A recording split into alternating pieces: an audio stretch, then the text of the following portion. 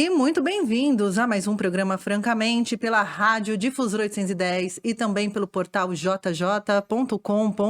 Tainã na área com vocês pela próxima hora, trazendo artistas aqui. Gente, o artista de hoje que está aqui comigo, conseguimos fazer esse date aqui para a Rádio Difusora, para o YouTube, para o Spotify, porque ele é uma pessoa que viaja bastante. Então, pegamos ele aqui no Brasil, ele que é rapper. Fez medicina de Carapicuíba para os Estados Unidos. Isso aí. Tem futebol nessa história. Tem. Dr. Jay comigo aqui hoje no Francamente. Bem-vindo, tudo bem? Tudo ótimo. Eu que agradeço o convite. Obrigado mesmo por chamar a gente aí. Nossa, muito bom ter você aqui. Tava ouvindo Falsa Fé, tava lá no seu YouTube te stalkeando, ouvindo o seu Pode som. stalkear, tiver precisando Mas de gente lá. hoje eu quero saber como tudo isso acontece, né? O futebol, em geral, é um sonho de muitos garotos, né? Uhum. E nas periferias do Brasil, na minha época, por exemplo, que eu cresci nos anos 80 e tal, todo bairro tinha um campinho. Exato. Era o terreno baldio, né? Com os chinelos ali, muitas vezes de gol, e era ocupado por toda a molecada do bairro, Exato. né? Que era um lugar... esse terreno baldio era um lugar de agregar pessoas, né? Onde a molecada brincava. Ou era bets, taco, tem um lugar que chama de taco, né? Ou futebol. Me conta, como que foi tua infância? Você cresceu em Carapicuíba?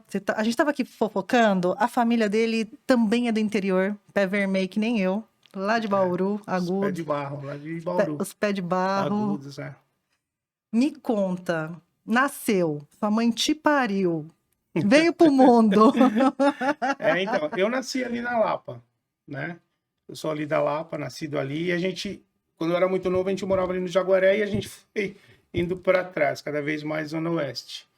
E ali Osasco, parte da infância ali em Osasco e depois Carapicuíba, né?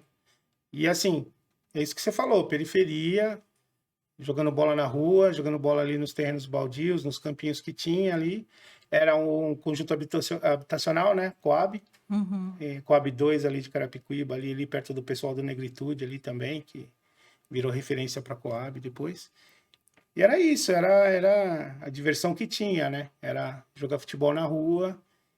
E o futebol, ele me deu algumas oportunidades. E foi do futebol que eu consegui sair do Brasil para jogar fora. Qual que é teu time do coração? Você tem um time do coração? Toda criança tem um time do Tem. coração, não vem falar que não tem. Tem, eu saí de corintiano para São Paulino, né? Ah, você jura? Quando eu era moleque, Garoto, salve tricolor. meu pai botou eu de corintiano, mas quando eu comecei a entender, eu falei, eu gosto do tricolor. Vai, tricolor. A gente pegou aquela fase de tricolor que ganhava tudo, né? 91, 92, com o pensou? Tele Santana ali na frente. Com Tele. Puta timaço, o Tele um pouco desacreditado por causa da Copa de 82, a Ó, Copa de ela 86. conhece, cara. É verdade. Mas aquele time do São Paulo de 91, 92 era uma coisa impressionante, né? Os laterais voando. Sidney, que era o ponto esquerda que eu adorava. Aí tinha também ali no meio Palinha, Raí. Palinha. Né?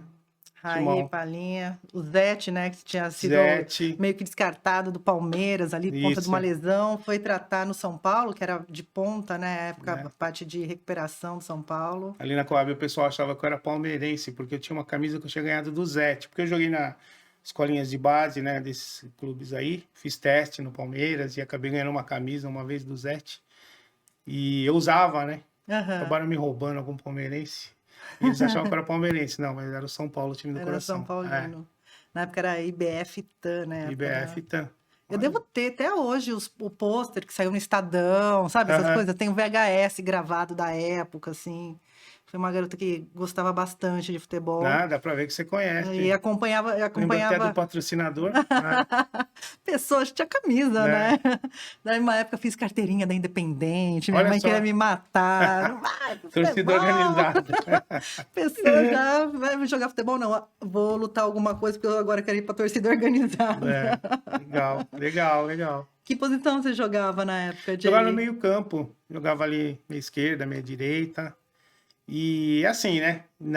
Ali na quebrada ali, você joga onde eles te colocam, porque tem muito moleque bom ali, né? Tem tem muito cara bom de bola ali, e sai muito, né? Celeiro, né? Ali daí, da Coab, Osasco ali, E saíram tinha os muitos olheiros jogadores. também, né? Tinha, Que passava ali para ver a molecada no campo. Já, foi isso que aconteceu. é. Ali jogando nas quadrinhas ali, nos campinhos, aí tinha lá os clubes, os timinhos do bairro e numa dessa a gente começou a jogar, disputar campeonato. Tinha um campeonato na época que chamava DEF, você tinha que ter as notas azuis para poder jogar. E era legal, né? Porque te forçava a estudar e eu acabei Era um sempre estímulo gostando. de Era um alguma estímulo, forma, é. né? Apesar que a maioria falsificava a carteirinha para jogar, mas a gente, Em crime prescrito, tá, crime gente? prescrito, já faz Já faz um faz muito tempão. tempo. E aí foi o que aconteceu. Eu jogando, teve um campeonato que veio um time de fora, um time que eles eram canadenses e americanos. Nesse time, eles fizeram uma junção lá e eles escolheram 2 garotos para levar. Quantos anos você tinha nessa época? Era novo, tinha por volta de uns 14, 15, 14 anos assim. E aí, o que aconteceu foi que eles levaram a gente. E lá no Canadá, era a primeira fase era no Canadá. E como a gente era muito novo, eles, pelas leis lá, a gente não podia só jogar, a gente tinha que estar estudando. E foi muito bom, porque daí eles colocaram a gente numa escola. E tinha adaptação de língua. Tinha adaptação de língua, Porque tinha imagina, tudo para um isso. moleque de 14 anos, né?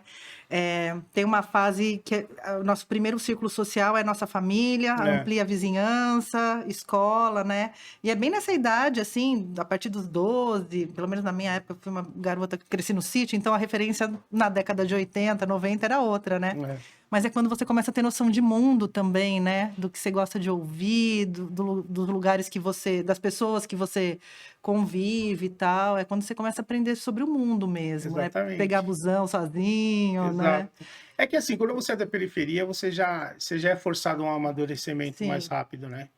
Você se virar mais rápido e tal, pegar ônibus. Eu comecei a trabalhar muito novo, trabalhar de office boy bem novinho, e isso já ajudava bastante. E aí, quando você vai para esses lugares, né, é um outro mundo, você não entende nada que está acontecendo.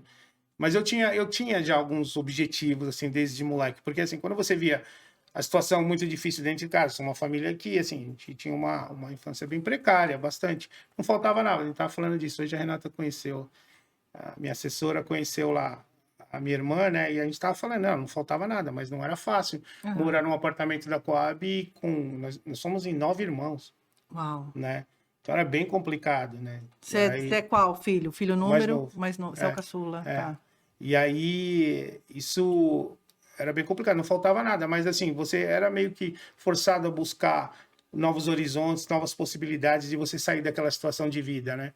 Como que era a tua configuração familiar? Porque os papos aqui, quando a gente conversa, né, com outros artistas que vieram da periferia, geralmente tem uma mãe que é arrimo de família, às vezes não tem o pai dentro de casa, às vezes foi criado pela avó. São diversas as configurações de família, né? Como que era 9 filhos, né, 9 irmãos? Tua mãe, teu pai eram presentes? Minha mãe e meu pai, graças a Deus, e isso acho que legal. fez toda a diferença na minha vida, assim, porque minha mãe e meu pai é caminhoneiro, minha mãe era empregada doméstica, trabalhava em casas de família, e aí tinha os irmãos mais velhos que cuidavam dos mais novos, né? Sim.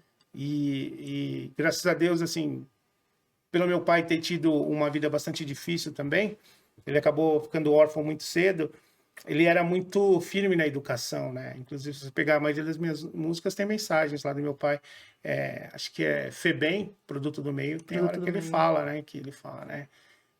O seu Zé falava, a porta da rua, serventia da casa, era bem assim, né? Ou era daquele jeito ou era de jeito nenhum. Então, te forçava a ter uma conduta mais alinhada, né? Porque ele sabia que lá fora estava o perigo. Coab nos anos 80 era muito complicado. Era tudo, né? E assim, anos 80, que a galera não tem a menor noção hoje. Claro que a gente está numa crise no Brasil, né? A molecada que está aí indo para o mercado de trabalho está vendo.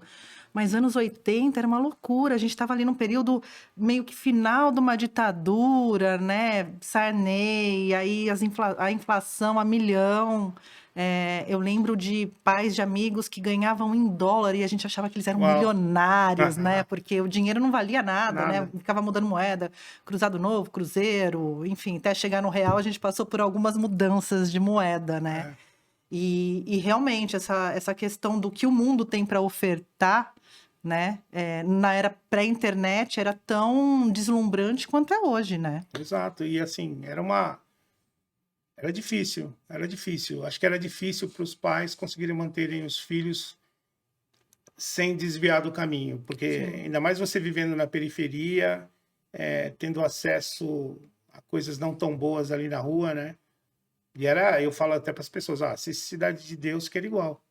Era muito parecido. Era uma disputa de terra, era uma Sim. disputa por área, era todo mundo ali, conjunto do BNH, então várias famílias vindo de vários lugares diferentes, e nem todo mundo ali tava só residindo, né? E havia ali uma intenção de conquistar o território, então era bem complicado, bem complicado. Dos amigos que cresceram comigo, poucos assim conseguiram ter uma vida legal, uma vida decente. Assim, a maioria ficou pelo caminho, ou foram presos. Como a maioria acho que quase todo mundo que cresce na periferia perde muitos amigos no Sim, processo. sim. E não é só questão de lutar para conseguir, são tantas variáveis, né? Só falar São, de meritocracia não resolve, né? Porque não, tem todas essas questões, assim como você teve teu pai, tua mãe ali, pulso firme, presente, tem famílias de diversas configurações, como eu disse, que não consegue dar conta mesmo, né? não. Dessa condução de educação dos filhos, né? E de trazer essa consciência, né? A porta da rua é a serventia da casa. Exatamente. E acho que esse ponto que você tocou é muito importante, né? É muito fácil a gente dizer, não, eu consegui, né? Mas eu tinha meu pai, minha mãe ali do Sim. lado, sabe? Se esforçando todo dia e passando uma mensagem positiva e dando um exemplo, né? Ó, trabalha, tenta Uhum. estudar o máximo que você puder. Meus pais não conseguiram estudar, estudaram no máximo, acho que até a quarta série. Mas eles exigiam, né, que a gente fosse o mais longe possível. Seus irmãos estudaram, chegaram a... Alguns estudaram, os mais velhos tiveram mais dificuldades. Eu tive um exemplo muito bom, que foi uma das minhas irmãs mais velhas, que ela foi a primeira a fazer a faculdade em casa, então Que já... legal. E eu ficava ali com ela à noite, ali, vendo ela estudar. Então, esses exemplos são legais, né? Sim. Ela conseguiu fazer faculdade sacando batata. Trabalhava numa cooperativa de alimentos, e ela conseguiu pagar a faculdade dela assim. E aí eu tinha um irmão que trabalhava numa editora, e ele, assim, não tinha presente, presente era livro. Ele dava livro para mim, trazia uns livros e dava. Pô, esse é o melhor presente que podia. Então, desde pequeno, a gente Claro. foi muito estimulado a ler essas coisas. Isso fez muita diferença para mim depois, no futuro. Que é esse hábito da leitura, né, que hoje É, se perde bastante, né? Eu sou a pessoa, sou a louca dos livros, né? Meu marido, a gente compra, cheira livro, adora, né, legal. ter essa relação ainda com o papel e com esse universo, né, que se cria. Mas também foi um hábito de criança em casa, que, É, tipo, no banheiro tinha livro em casa, assim. Em é, todo lugar em casa tinha um livro ali de qualquer assunto, né? Mas é o hábito mesmo, faz né? muita diferença, né? Total, É. total. E aí você sai, recebe essa proposta para jogar fora do Brasil. Achei que ia ficar milionário, achei que ia voltar muito rico para o Brasil. Eu tenho meu primeiro contrato de futebol até hoje. Eu estava lendo outro dia. Porque a temporada no Canadá é muito curta, né? São 6 meses. Mas aí já era, 14 anos ainda não é Não, high não era. school, né? Não, a gente entrou numa escola para internacionais, né? Que era uma Tá, escola onde você aprendia praticamente se comunicar, tá. praticamente para você aprender a língua, mas já foi o início. E aí você tinha o pessoal falando que foi a primeira vez que eu comecei a ver na vida assim que o futebol não era a coisa mais importante do mundo, porque ali para a periferia, para o garoto da periferia, é assim, é você ser o astro do futebol, não Era a tem outro saída, né? caminho, não tem outro caminho, né? Tinha o pessoal da música, do pagode, né, que Uhum. também mostraram que era possível, mas e aí lá fora eu comecei a ver que eles não levavam tão a sério, eles levavam mais a sério o estudo, tanto que eles falavam assim, não, vocês têm que jogar na universidade antes de vocês pensarem em jogar profissional. Tem que jogar na universidade, vai para a universidade. Aí eu comecei a ver que no time profissional todo mundo tinha uma profissão, né? E aqui nenhum raros eram formados naquela época, Sim, né? Se sim. você for olhar Mas até hoje, até né? hoje, assim, eu lembro uma entrevista que eu vi, acho que do Luxemburgo, que ele pegava no pé daquele time do Palmeiras, que Uhum, voou na década de 90 também, que os caras começaram a ganhar dinheiro, e comprava carro. O Luxemburgo, não, vai é, comprar casa para sua mãe, vai estudar, vai não sei o quê. Porque esse deslumbre que se criou no é, Brasil, né, do cara que sai da periferia, e aí vai para um time, cresce no time, ganha muito dinheiro, exato. e aí não tem essa estrutura mesmo para conduzir uma vida para depois do futebol, porque uma carreira de futebol também ela é ingrata, né, Jay? Ela pode Extremamente. acabar muito cedo. Extremamente ingrata. E nesse processo eu comecei a ver isso. Eu comecei a ver que... E eu jogava lá 6 meses, voltava para o Brasil e tudo que você ganhava, você queria agradar todo mundo, então você via com muito pouco dinheiro, cheio de presente, e você via que você estava no mesmo lugar. Sim. Você não lanchava. E eu sentia a falta de algo mais. Eu sentia a falta de... Eu comecei a ver que, assim, só o futebol já não era tão mais importante. Eu comecei a ver outras possibilidades. O que mais eu consigo fazer? E eu me lembro uma vez que eu voltei do time, e sempre quando eu voltava, aqueles amigos que jogavam comigo ali na Coab, ali na periferia, eles iam na minha casa e tal. Eu trazia camisa de futebol para todo mundo. E foi a primeira lição que eu nunca esqueci da minha mãe. Minha mãe estava ali na cozinha, ali nessa época minha mãe já não trabalhava mais, fazendo um suco, alguma coisa. E os caras, não, mas aí você ganhou dinheiro, porque todo mundo quer saber se você ganhou dinheiro, Sim. você ganhou dinheiro, você tá... E eu meio querendo, não tinha ganhado dinheiro, mas sem querer, eu falei assim, meu, não ganhei, mas eu vou jogar na universidade. E todo mundo riu, falou, pô, você vai jogar na universidade? Riram, porque assim, fazer universidade no Brasil não era por maldade dos caras, mas assim, fazer universidade no Brasil para o moleque da periferia já era inacessível. Você imagina eu falar de fazer uma universidade no exterior. E aí foi quando minha mãe, a molecada foi embora, ela falou assim, ó, os teus sonhos é o que você mais deve proteger, ela falou para mim. Você nunca fala dos teus sonhos para qualquer um, porque nem que não seja intencional, alguém vai acabar tentando te desviar daquele caminho, com algum comentário, com alguma coisa. Te desacreditar, né? Mesmo, desacreditar. Né? E eu lembrei disso quando eu estava me formando, que ela estava lá na minha formatura, eu lembrei disso, né? E assim, mas não era maldade, é assim, pô, o moleque sai da Coab e vai fazer a universidade nos Estados Unidos. Não tinha. Eu falei, parecia lorota mesmo, tentando ali me defender de uma situação, mas no fim, graças a Deus, tudo deu certo, né? Foi isso que aconteceu. Mas a gente não chegou no fim ainda, você entrou na faculdade. Como foi esse processo? Aí joguei em alguns times, depois eu voltei para o Brasil, joguei no interior de São Paulo, me profissionalizei lá no Águas de Lindóia, foi onde eu profissionalizei. E aí eu tive a oportunidade de jogar na universidade, jogar num time dos Estados Unidos. Legal. Só que aí eu falei pro meu pai, se eles não me ajudarem a entrar na universidade, porque até então você estava no Canadá. Estava no Canadá. Primeiro eu joguei no Canadá. Quantos anos você ficou lá no Canadá? 3. 3 anos. Pô, já dá uma estrutura, assim, em termos de cultura, de língua, de tudo, né? E voltava. Passava lá a temporada de futebol, voltava. E aí, quando eu já estava de saco cheio, já não queria mais jogar, porque eu via que minha vida estava passando e as coisas não estavam acontecendo. Aí meu pai falou, ligou um treinador aqui. Eu falei, só jogo se eles me ajudarem a entrar na universidade. Ele falou assim, ele não consegue te pôr na universidade, mas se você passar no vestibular deles lá, eles conseguem te ajudar com uma bolsa, com um incentivo, com uma bolsa, alguma coisa. E aí eu parei tudo na minha vida, arrumei 3 empregos, eu dava aula na escolinha de futebol de Carapicuíba, da prefeitura, dava aula num clube lá em Arujá, que era um clube já mais elitizado, e aí eles me davam os livros dos moleques que iam estudar lá, eu estudava com esses livros. E eu arrumei um emprego de telefonista bilíngue numa empresa, só para ficar treinando inglês. E eu grudava em qualquer...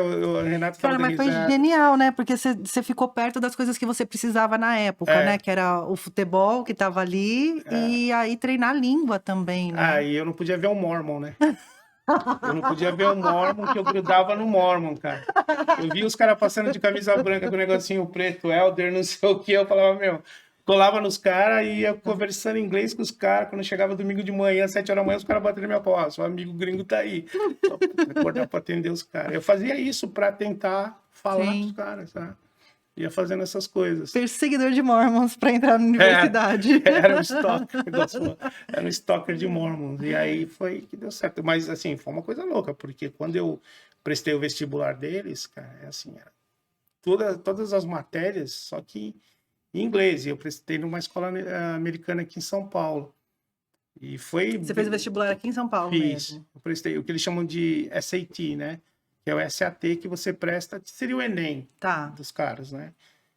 E eu fui prestar numa escola americana, ali no Morumbi, e falei, a galera aqui estudou inglês sempre, né? O que eu quero aqui, né? Pensei em desistir, de verdade.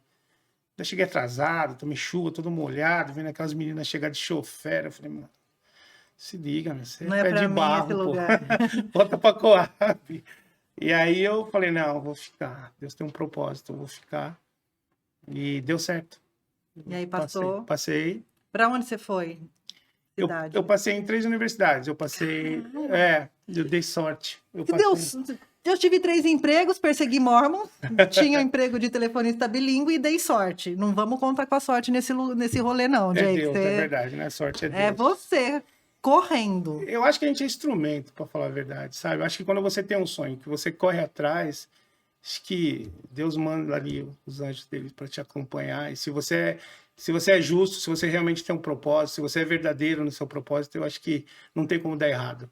Essa é a minha lição de vida, assim. E aí eu passei em 3 universidades. Passei na Universidade de Oakland, que é em Michigan. Já tinha jogado lá, conheci a universidade. Passei por um terremoto lá uma vez. Passei na Universidade do Havaí e passei na Universidade da Pensilvânia, que foi a que eu fui. Como eu era tão sem noção, Você que em vez de eu estudar na Havaí... Exato. Quando eu falava para os meus amigos, eu falava, eu te bater, cara. E eu escolhi Pensilvânia, frio pra caramba, muito frio, e foi lá. Mas talvez se eu tivesse ido para uma outra, eu não Você teria desvirtuado o caminho, né? Foi jogador de futebol e surfista comigo hoje. Surfista é meu sonho, mas não foi. Daí eu fui para a Universidade da Pensilvânia, fiquei lá numa cidade chamada Lock Haven University, e lá que eu fiz a pré-medicina, né? Depois entrei no programa de medicina. Porque nos Estados Unidos é diferente do Brasil, né? Você faz umas matérias que são básicas primeiro, depois você vai escolhendo o caminho, né? Que você quer, o curso de fato, né? Vai afinando ali. E que você precisa ser aceito também, né? No programa de medicina. Então, primeiro você faz umas matérias mais gerais, como você falou. Aí depois você entra no programa. Aí depois de 2 anos você faz um teste para você entrar. Realmente é quando você está em medicina mesmo. Mas medicina estava ali no teu horizonte? Como que você chegou na medicina ali? Do jogador de futebol que poderia ter feito alguma coisa relacionada a esporte, tudo. Exatamente não isso. Que medicina não tenha a ver com esporte, porque todo jogador precisa de um bom médico ali, né? Não, mas esse era o plano. O plano era fazer medicina esportiva. Tá. Eu nunca quis viver nos Estados Unidos ou em outro. O que eu queria era ir lá, me educar e voltar para o Brasil e trabalhar aqui. O que aconteceu? Eu entrei na medicina esportiva. Falei, quero ser um médico da seleção, um médico do clube brasileiro, né? A medicina esportiva aqui estava crescendo com o Turíbio Leite, que foi do São Paulo por muito tempo. Sim. Aí eu consegui fazer estágio com ele. Era referência de medicina esportiva. Acho que foi o primeiro nome de medicina esportiva, tanto que vários jogadores de outros times iam se cuidar com ele, né? É fácil falar com você que você conhece a parte do São Paulo e do esporte. Foi isso que eu queria. E aí eu até cheguei a fazer estágio com ele lá na Escola Paulista de Medicina. E era isso que eu queria, mas só que o que eu comecei a ver na medicina esportiva é que eu ia ficar muito especializado nos esportes de lá e nem tanto nos esportes daqui. Porque o futebol não é o primeiro esporte dos Estados Unidos, né? Não, mudou muito. Hoje já está muito melhor, mas naquela época ainda muito menos, né? E aí o que aconteceu? Eu fiquei na medicina esportiva por 2 anos. Se bem que se você aprende a medicina do... Ai, como chama? Dos caras que usam máscara lá. Nossa, fugiu o nome do esporte, hockey. Que os caras se quebram se arrebentam. Pode brigar até cair no chão. Aí você vai trabalhar no trauma de qualquer hospital do SUS aí no Ano Novo, né? Porque os caras se arrebentam. Se arrebentam. No hockey. Não tem nem dente os caras. Os caras não têm. E aí eu fiquei 2 anos na medicina esportiva, mas aí eu fui ajudar um professor no laboratório de neurociências. E aí eu me apaixonei pela neurologia e foi que legal. Que eu fui para essa área depois. Porque é isso também, né? Esse lugar também de escolher o que você... Na minha época, você escolhia faculdade. Quando se podia fazer faculdade, eu também tive um monte de emprego para custear a faculdade. Mas parecia na época que era um lugar que era determinando o que você ia fazer pro resto da sua vida. Você não teria chance nenhuma de mudar daquele lugar, né? E eu tinha 17 anos. Difícil você saber o que você quer com 17 anos, né? Eu fui fazer Direito, saí da faculdade de Direito 5 anos depois, devendo minha vida pra faculdade. E aí fui trabalhar com rádio, com TV. Virei Olha uma só. garota de programa depois de 5 anos de direito. Mas é muito. Trabalho há 20 anos com cultura, né? Mas é Sim. muito louco esse lugar de você ter que escolher, né? E no Brasil você já vai para as matérias específicas. Você não tem esse lugar que tem nos Estados Unidos, né? De você fazer as matérias básicas e aí você ter tempo de respirar e olhar ali mais ou menos o que você quer, né? Fazer. E tem uma outra coisa também, tem umas matérias que chamam de eletivas, que são matérias completamente nada a ver com o que você quer fazer na vida. Música, eu fiz música. Você fez. Eu Bom, sempre apaixonado por música, eu fiz música. Aí tinha o pessoal que queria ir para Hollywood lá, tinha teatro, tinha cinema, tinha outras legal. coisas que você podia fazer mesmo fazendo medicina. Porque você precisa ter uma noção, eles não querem que você seja inflexível ou bitolado numa coisa Sim. só. Ou você se arrependa mais tarde, você experimente outras coisas. E eu acho que esses lados da arte também desenvolvem habilidades sociais nas pessoas que Exato. são extremamente importante também em qualquer profissão que você desenvolva habilidades sociais, né? Assim, na medicina, né? A questão da humanização, de uma série de coisas para além do centro cirúrgico, né? Exato.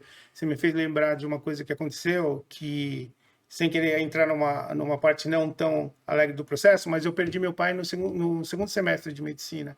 E o que me ajudou lá foi uma classe que a gente fazia, que era a respeito de você conseguir passar uma mensagem de alguém que não sobreviveu para uma família. E isso, eu falei, meu, como que os caras pensam tanto? Não sei se isso tem no Brasil até Tipo hoje. um trabalho quase de luto, assim, para trabalhar o luto. Exato isso que você falou.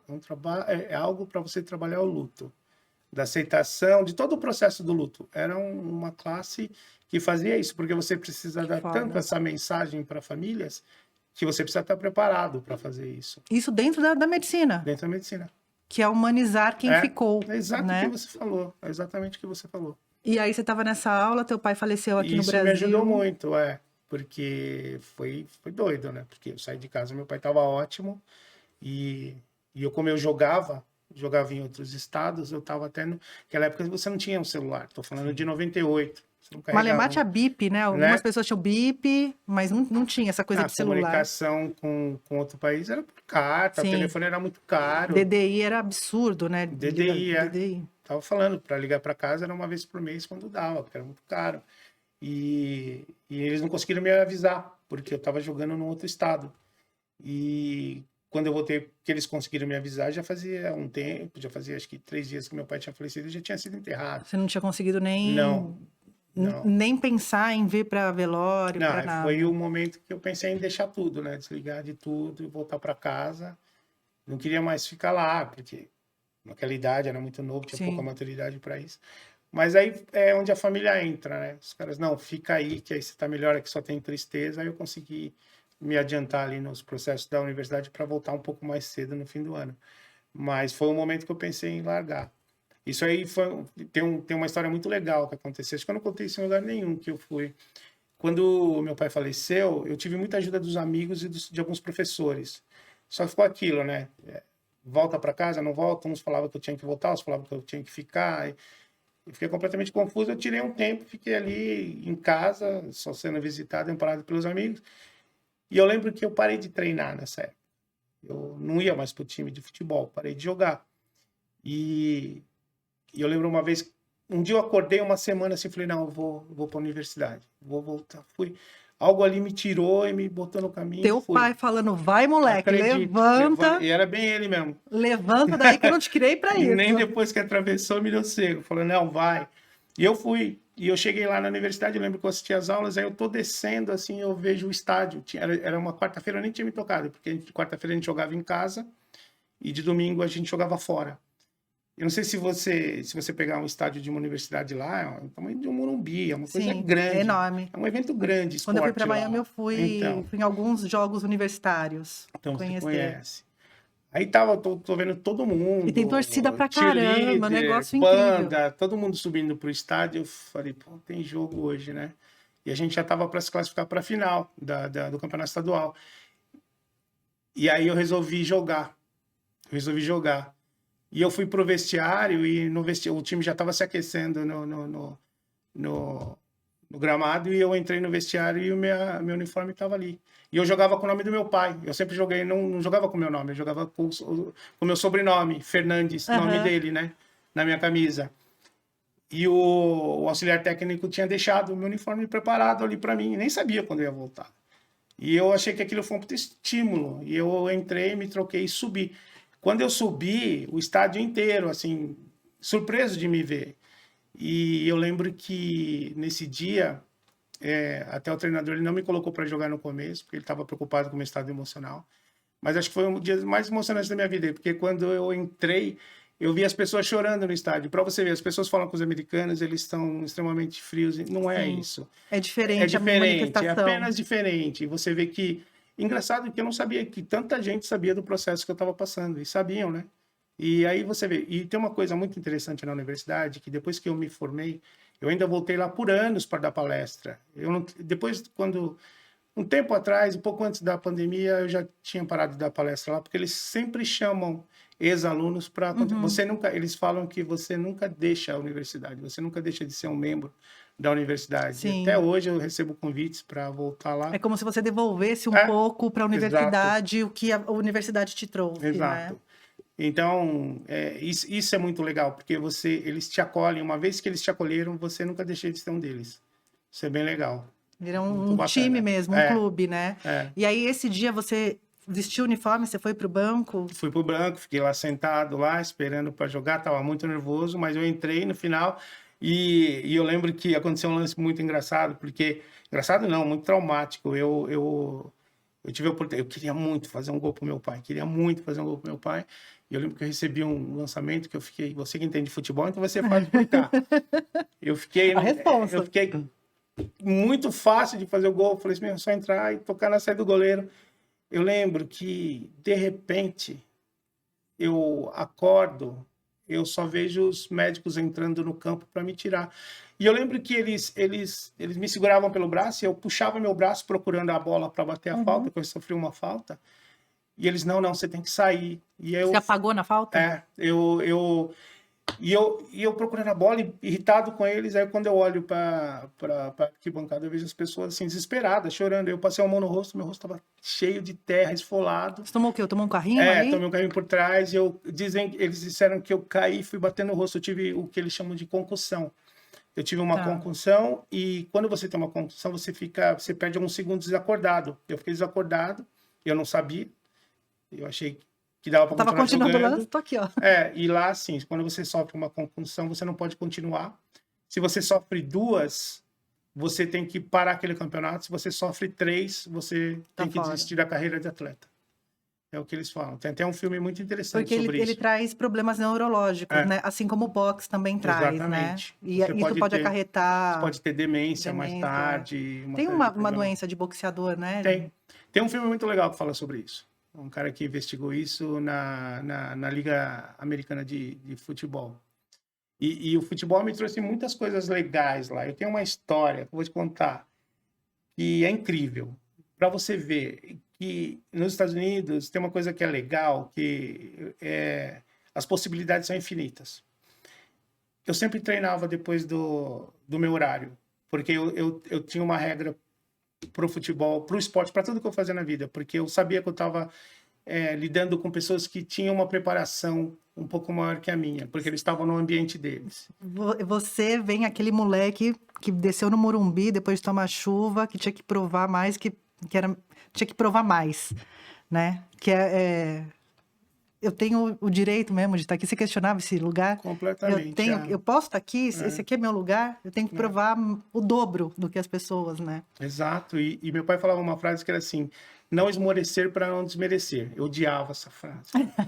Porque eu achava que nunca estava bom para ele. Mas não é, ele estava me preparando para a vida. Sim, Porque sim. ele foi órfão, ele sabia como que era duro lá fora. Então ele falava isso para mim. Então eu tinha uma regra que era assim: para cada 1 hora que um americano estudava, eu estudava 2 ou 3. Para cada 10 quilômetros que eles corriam, eu corria 15 ou mais na semana. Eu sempre me dedicava mais. E eles viam essa dedicação. E eu ficava treinando depois do horário. Eu ficava ali batendo falta treinando. E tinha um garoto que ele ficava ali comigo, um americano. O moleque era bom de bola.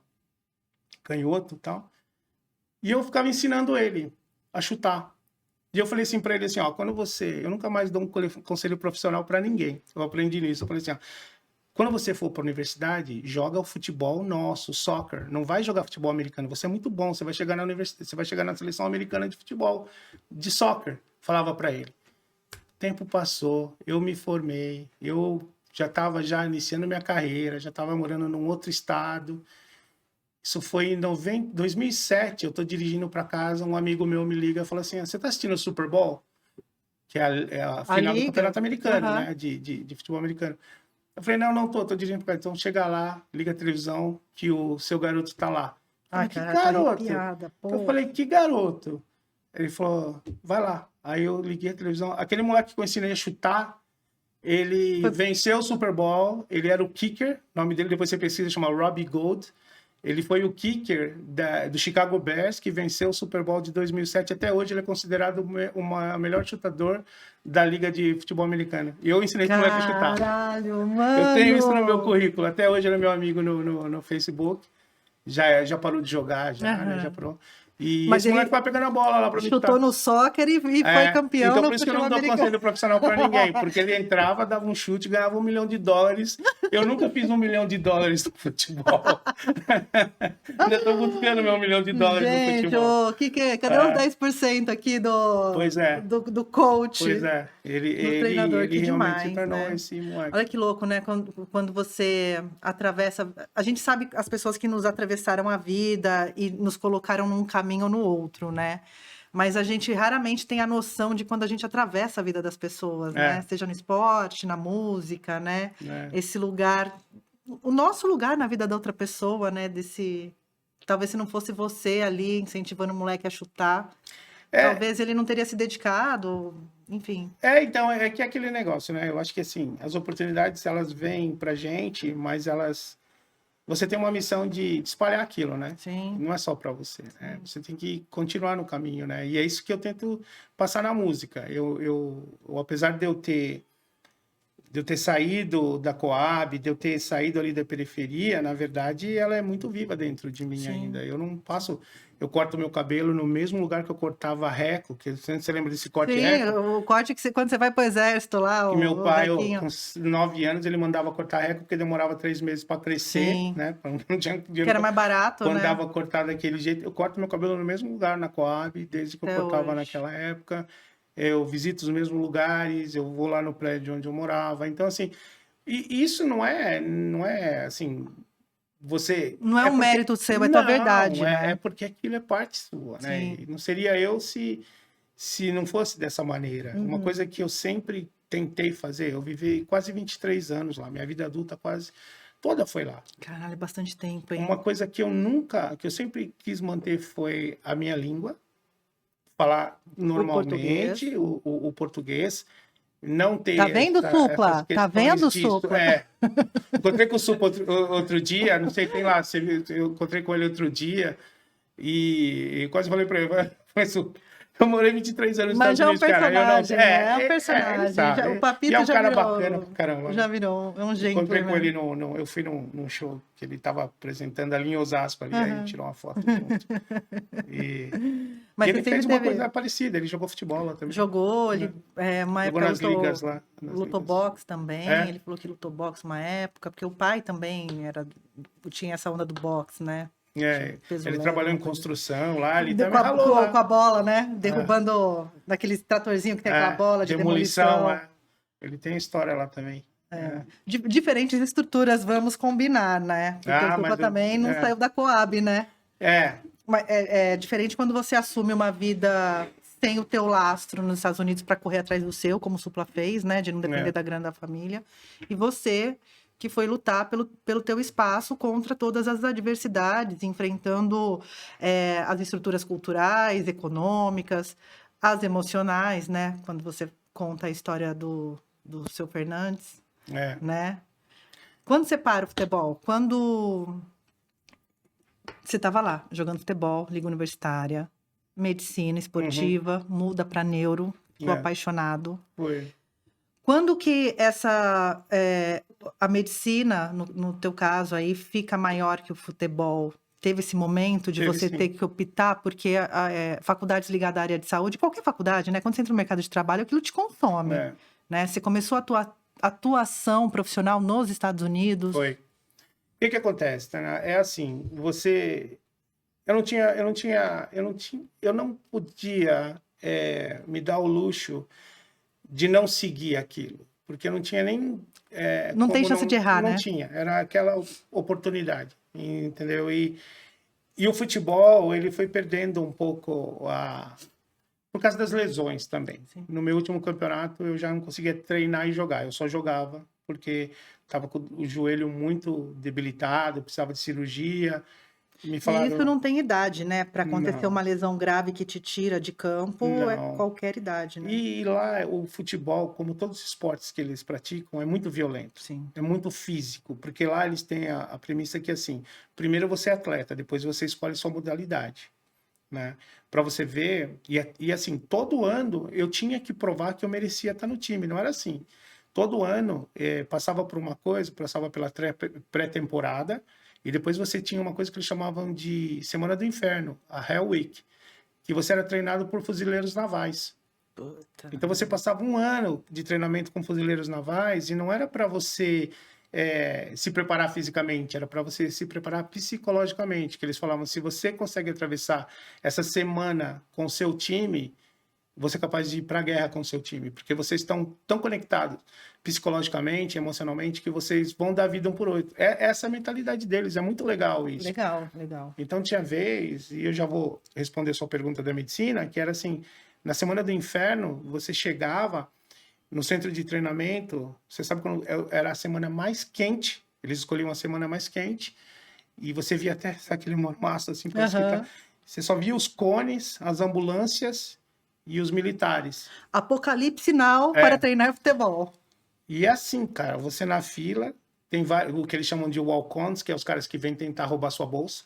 Então, o cara ele quer ir melhor que você naquela semana, porque os caras deixam de dar bolsa para você, porque vai dar para ele o que ele merece mais. Então, tem esses caras. E tem os próprios caras do time. Então, tem lá 45 pessoas disputando 22 vagas. E são várias filas. Eles pegam um cara de track and field, que é um atleta de velocidade, que é justamente aqueles caras que vão para Olimpíadas, e fala pro cara assim, ó, faz o circuito devagar. Aí o cara faz um puta do circuito em 18 segundos.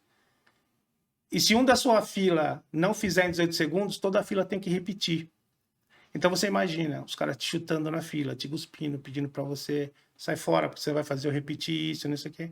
E aí só vai ficar os 22 realmente que merecem. Cara, e é uma guerrilha, além de física, mental, né? Porque você tem que ter estrutura para estar ali, né? Cara, focado. eu vi moleque craque do Real Madrid desistindo, não jogou porque não passou nessas coisas. Então, aí que eu falo, você correr de bala na Coab, você correr pros caras não te roubar o tênis, te prepara, cara, te prepara. Você tem que sair correndo pros caras não roubar seu tênis, deixa preparado para a Semana do Inferno lá.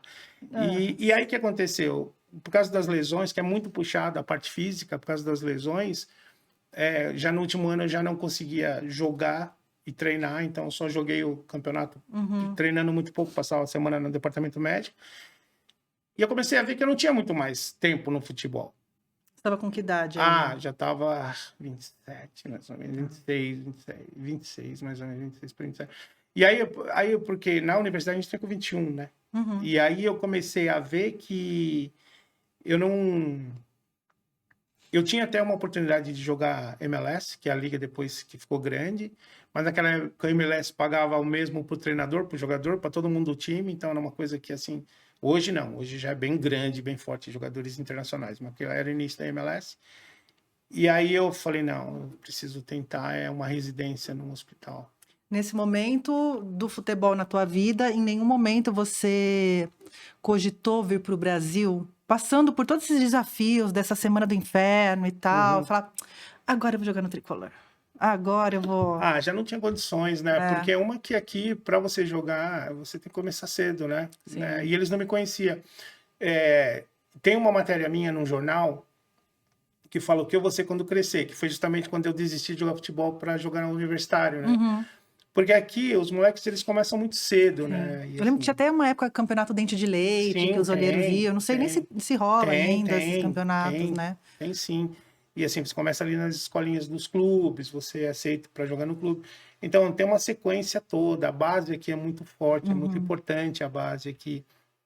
Para você vir de lá para cá, já numa idade para jogar, não tem como isso aí. Mas mesmo agora, né, história recente do futebol brasileiro, história recente anos 2000 já, os moleques que se destacavam na base, isso virou um grande comércio, né? Vai Já vai jogar em embora. time desconhecido no Oriente Médio, né? Vai jogar em Já time vai da embora. Arábia, tudo. Japão, uma época, levou um monte de gente, né? Já. Na época que o Leonardo tava lá no Japão, É. pegava toda a molecada já da base. Não, já vai embora muito cedo. E o que acontece também é que o futebol, para mim, deixou de ser importante como era. Porque você passa tanta coisa, você se dedica tanto na universidade, você vê tantas possibilidades que você fala assim, nossa, eu queria ter aprendido isso antes. Se eu soubesse disso antes, provavelmente eu teria perdido. E eu falo hoje, apesar de eu me dar muito bem no futebol, eu tinha um certo êxito jogando, eu gostava só do futebol dentro do No campo. campo. As outras coisas do Não, futebol. eu não bebo, eu não jogo baralho. Então eu era aquele cara estranho. Eu ia lendo Isaac Asimov no ônibus do time. Não seria amiga do Ronaldo Gaúcho, por exemplo. Então eu era um cara meio estranho desde moleque, né? Eu gostava do futebol dentro do campo. Da vida de atleta mesmo, desse... Que hoje a gente tem muito pouco. O futebol hoje é uma indústria de celebridade, né? O moleque mais mira no jogador de futebol para ser a celebridade, ter as facilidades, né? Que essa fama traz, do que necessariamente para marcar o gol contra algum time ou para fazer a jogada, né? Para realmente jogar porque gosta, né? Porque tem ali um orgulho de estar defendendo aquela camisa, né? Acho que isso mudou bastante. São mais superstars agora, sim, né? Sim, não são sim. tão...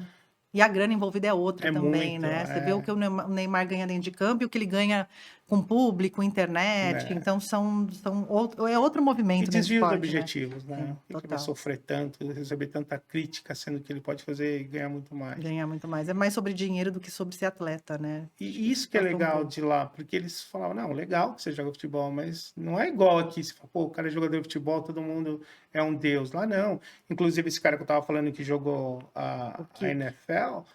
super simples, eles são super simples, eles não têm esse negócio os caras dirigem o próprio carro, os caras fazem a compra no supermercado, os caras não têm como é que todos protegidos, assim, gente como a gente, né? Exatamente, isso é uma coisa muito nossa aqui, sabe? Sim, essa cultura do deslumbre mesmo, né, de celebridade. E nessas eu tive umas oportunidades muito legais. Eu joguei com o sobrinho do Bob Marley. Ah, é? Eu era o goleiro do time que eu jogava em Detroit. Conheci, assim, tive a oportunidade de estar em contato com muitas coisas. E eu sempre apaixonado por música, então sempre aproveitava as oportunidades, assim, de me envolver com a música. Na universidade me envolvi muito com a música. Você fez a cadeira de música na universidade, nessas eletivas? Fiz aulas, participei de projetos musicais na universidade. Também na igreja que eu frequentava lá, tocava em bares de blues. Eu sou gaitista, eu tocava em bares de blues e... calma, temos uma gaita agora na história. Eu sempre falo que no Brasil, as igrejas, seja católica, evangélica, as igrejas de bairro que promovem muitas vezes o acesso da criança a um instrumento musical. Porque vamos combinar que comprar uma bateria, comprar uma guitarra, comprar um baixo não é... Mesmo comprar esqueci como chama, para DJ... Esqueci como chama o aparelho. Uma controladora, enfim. Não é um lugar mais acessível do mundo e algumas igrejas também promovem, né? Sim. Muitos artistas que vêm aqui, embora não tenham mais ligação com a religião ou com aquela igreja determinada, vieram desse local, né, de ensino. A gaita entrou quando nessa história com o futebol? Porque você estava lá na Coab, com o Chamburci, com a Negritude, né, com a galera que você falou que tinha o pagode da época também. O pessoal que fazia o pagode lá em cima. Né? Da lanchonete. Porque a Coab, aqui em Jundiaí também tem não chama Coab, mas né, essas moradias. E eu falo que é o maior celeiro de artistas da cidade. Artistas e atletas, né? Que a galera do rap tá lá, a galera do hardcore tá lá. Que todo mundo se unia no quarto de um, ficava a gente para fora. Sempre tem a mãe de um que recebia a molecada aí dentro de casa, que a molecada ficava fazendo som, enfim. Quando que a música entra na tua vida? Porque, assim, até agora, tô vendo um cara super focado ali no futebol, nos objetivos, né? Mas a música e a arte, de alguma forma, nos permeia, né? Você falou dos livros aqui pra mim, né? Dessas referências, de ler Asimov e tal.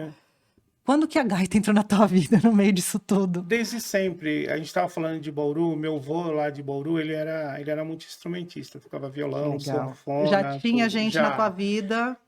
Então sempre teve. Meu pai, ele sempre foi de cantar. Eu tinha muito orgulho do meu pai quando a gente frequentava a igreja, ele cantava, né? Tinha uma voz muito bonita. Ali em Osasco, ali tinha um grupo ali de amigos ali, e a gente fazia uma música, a gente tocava, e eu tocava gaita. Eu comecei a tocar gaita meio que por mim mesmo, e aí fui desenvolvendo, e eu sempre toquei. Eu sempre fui apaixonado por blues, na verdade. Eu gosto muito, eu tenho muita base da música negra em mim, que eu sempre gostei muito da música negra. E o blues era a minha referência. O blues, o soul, e eu sempre gostei muito de tocar gaita. Então eu era muito E nos anos apegado a isso. 80 no Brasil, até essa galera do rap, da São Bento, a galera se juntava para ouvir música black americana, né? Antes da gente ter esse rap brasileiro, tinha os bailes, né? Então também era uma coisa que a gente era muito impactado, né? Exatamente. Pela música americana, os bailes, tudo. Né? E eu tinha um irmão mais velho, também. um irmão que ele era mais velho que eu, que são 6 meninas e 3 homens, né?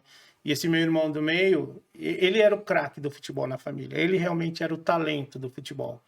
Ele era o que deveria ter sido jogador de futebol, mas ele era, assim, um talento tão grande, mas como todo aquele cara que parece que tem um talento tão natural, ele não dá tanto valor para aquele talento, sabe? A gente vê muitas essas histórias, né? Sim, sim, que é tão corriqueiro para aquela pessoa que ela nem... Tão normal, né? E ele era realmente o craque do futebol. Você e eu fui jogar futebol por causa dele. Porque um dia ele falou, não vamos jogar futebol. Foram atrás dele para jogar. E falou, não, quem vai jogar é ele agora. E eu meio que absorvi isso e fui jogar futebol. Que eu tinha ele assim como... ídolo. Minha referência, meu ídolo, né? Então eu até falo, se não tivesse sido por ele, talvez eu teria ido para música.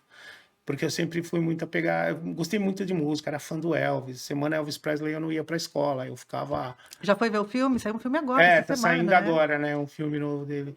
Não, mas assim, todos os filmes que ele fez, os 21 filmes que o Elvis fez, eu assisti. Eu fui pra Graceland 2 vezes, eu era fanático quando eu vivia lá. A minha cachorra chamava Memphis. E aí eu sempre fui muito apegado à música. E vivendo lá, a questão da gaita, eu tocava gaita para ganhar chicken wings, aqueles coxinhas de frango, né? Eu morava, a República do Futebol era em cima de um bar.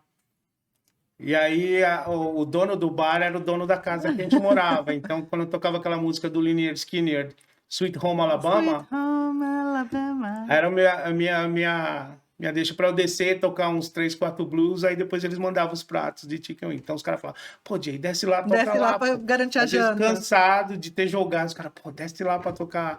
E eu tocava nesses lugares. E o Elvis assim. teve uma fase, tanto ele quanto o Johnny Cash, uma fase super de música religiosa, Foi né? forte, muito grande. Os dois tiveram esse momento que aí resgata as músicas até das igrejas negras, né? Aquela potência vocal, enfim. E eu frequentava a igreja lá, né? A igreja evangélica protestante americana.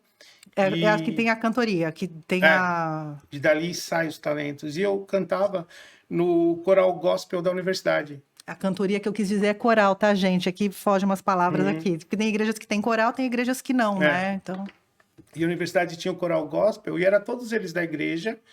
E ali, antes de começar o ensaio, e era o meu primeiro contato assim, com música mesmo estruturada que eu tive, que antes era só brincadeira.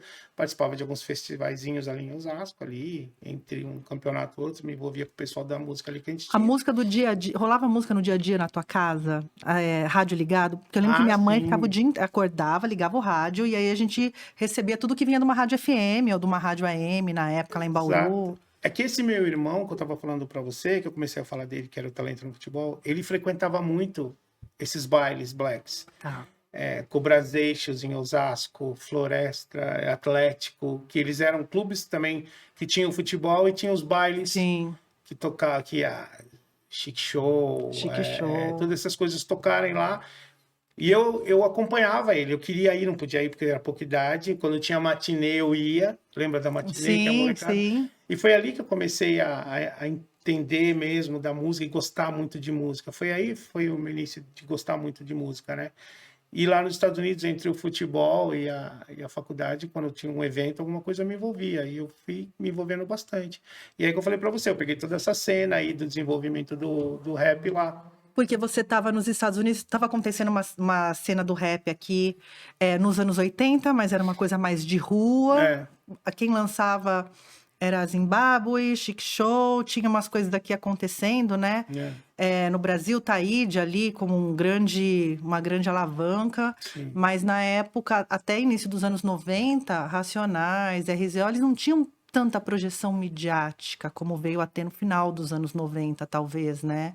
Era uma coisa mais restrita ali, uma coisa da São Bento, era uma outra coisa, né, que acontecia. Era difícil também pensar numa era sem internet, né? Exatamente. Que a gente era impactado porque tocava na rádio, para quem estava no Faustão, para quem estava no Bolinha, para quem estava no Chacrinha. Para você ver a importância desses caras, né? Sim. Porque eles fizeram tudo isso sem a internet, né? Sem a internet. E eu perdi tudo isso. Tanto é que muitos... Você perdeu a cena Brasil, vamos cena combinar. Brasil, né? Eu perdi. Porque os caras estavam aqui ouvindo música da gringa, porque estava acontecendo uma cena lá. Só que os caras, assim, tudo que os caras ouviam, eu ouvia lá, né? Então, assim, muitas coisas que os caras ouviam, África Bombata, que os caras ouviam, que era um movimento que estava acontecendo lá, quando os caras começaram... Run DMC, NWA...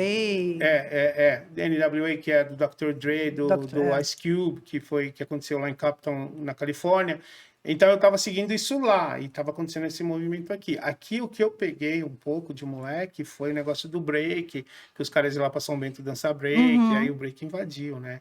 Aí tinha... Porque a cultura hip hop é música, é a dança, é o grafite, é um conjunto de coisas. É um conjunto de coisas. E influenciava muita gente, até que eu lembro que tinha aqui no Brasil, como que era?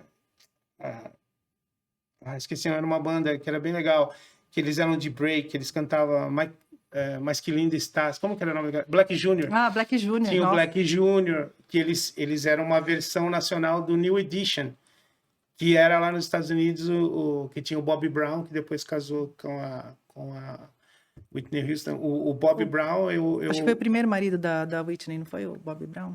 A pessoa aqui, ó, já vou focalizando aqui. E o Bobby Brown, eu estudei no colégio que ele estudou, e eu sabia deles, porque falavam muito deles. Mas era uma coisa que não tinha essa dimensão gigante que tem hoje. Não. Era um cara da escola, da universidade, que fazia uma banda. Como tinha muitas bandinhas lá, os moleques cantando a capela, e New Edition estourou, né? E eu lembro, eu nunca cheguei eu sabia deles, falavam deles, eles não vêm na escola porque fazem show para todo os Estados Unidos, né?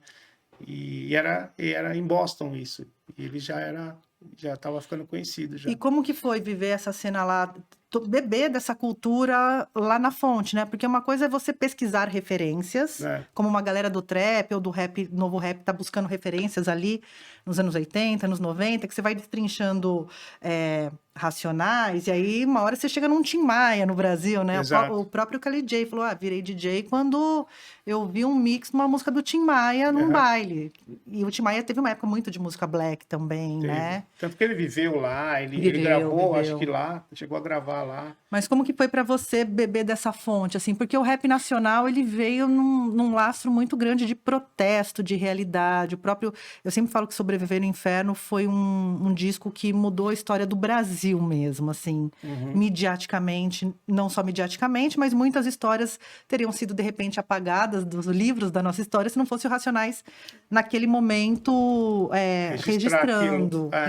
E nos Estados Unidos também acontece. Esse movimento, A origem é muito parecida, né?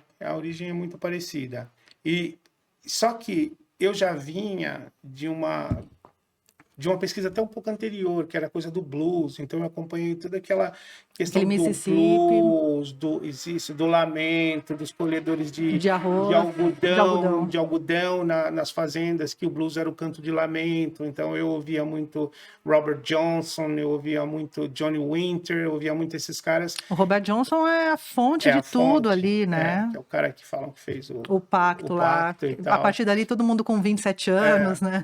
Ele foi o primeiro a falecer desses famosos com 27 anos. E eu vinha muito nisso, eu já tinha toda essa referência dessa música, né? Aí depois, para chegar em Motown, que era gravadoras, aí o que eu sempre falo, que Racionais, eles fizeram uma coisa, não sei se foi premeditado ou não, mas eles fizeram uma coisa que era inédita, que eles tinham esse conhecimento e eles começaram a trazer esse conhecimento dessas referências Sim. para cá. Você pode ver lá, eles têm...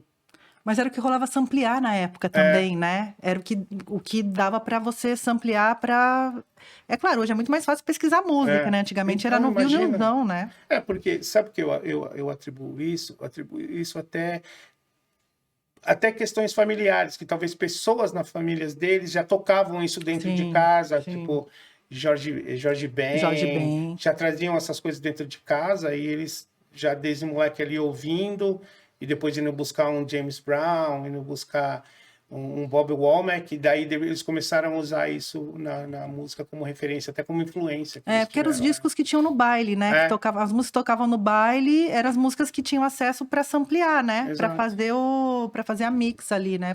A base para um rap, enfim. E essa coisa é tão diferente, né? Como o blues americano era esse canto de lamento, né? Principalmente pós abolição dos escravos, né? Uhum. Que ainda eram trabalhadores rurais, né? Majoritariamente negros ali, camponeses.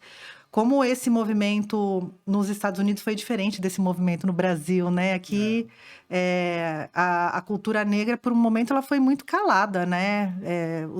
Os batuques, a influência do continente africano aqui no Brasil também, né? E como se dá essa mistura, né? Você falou do próprio Jorge Benjor, né? Que ele fez bem a mistura dessa coisa do Brasil com os instrumentos percussivos e também ali no fundo você sente uma referência da música negra americana, né? É muito louco como se dá essa mistura. Jorge assim, Ben tem muito isso mesmo.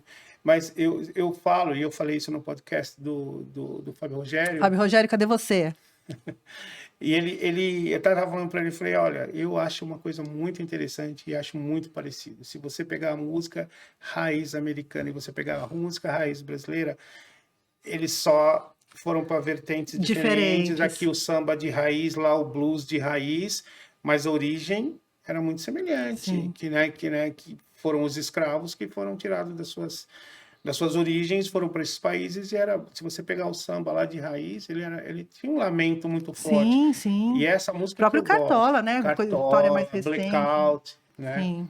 A E Juvelina Pérola Negra também. meu pai ouvia muito isso, né? Meu pai, ele quando era moleque, órfão, ele entregava marmitas para esses caras lá em São Paulo. Então ele trabalhava de bicicletinha. Então ele falava que ele ouvia muito esses caras tocar. Então acho que tudo isso foi me ajudando depois a ter essas referências parte de quem você é, né? musicais. Porque você, enquanto músico, é um conjunto de tudo que você viveu. Desde de lesão no futebol, de madrugada, dissecando cadáver, até... Ouvindo Racionais. Até esse cara que tem essas referências musicais aí com teu pai, na tua casa, né? Não dá pra gente se livrar de coisas que a gente consumiu ali, né? Ela parte fica da sua guardada história, ali, né? né? Parte do seu desenvolvimento, né? E aí você ganhava coxa de frango lá, ganhava baldinho de frango, tocava gaita. Achava muito legal, tocava lá naqueles bares que eram muito... Porque nos Estados Unidos tem ainda muito forte essa segregação. Sim. Isso ficou muito evidente para mim, muito estranho. Na universidade na hora de comer era negro de um lado, branco de outro, e a gente eu sou de tudo, né? Eu tenho um pouco de tudo. E você fica meio onde sentar, porque então os internacionais acabavam sentando ali junto. Mas você tem uma outra questão, né? Porque é o negro, né? O americano, e tem a tua questão ainda, que você é latino. Exatamente. Então tem uma outra questão ali envolvida nos Estados Unidos, né? Que tem essa cultura também, não segregação, talvez, mas tem uma comunidade, uma minoria. É minoria. Só que tem uma coisa interessante.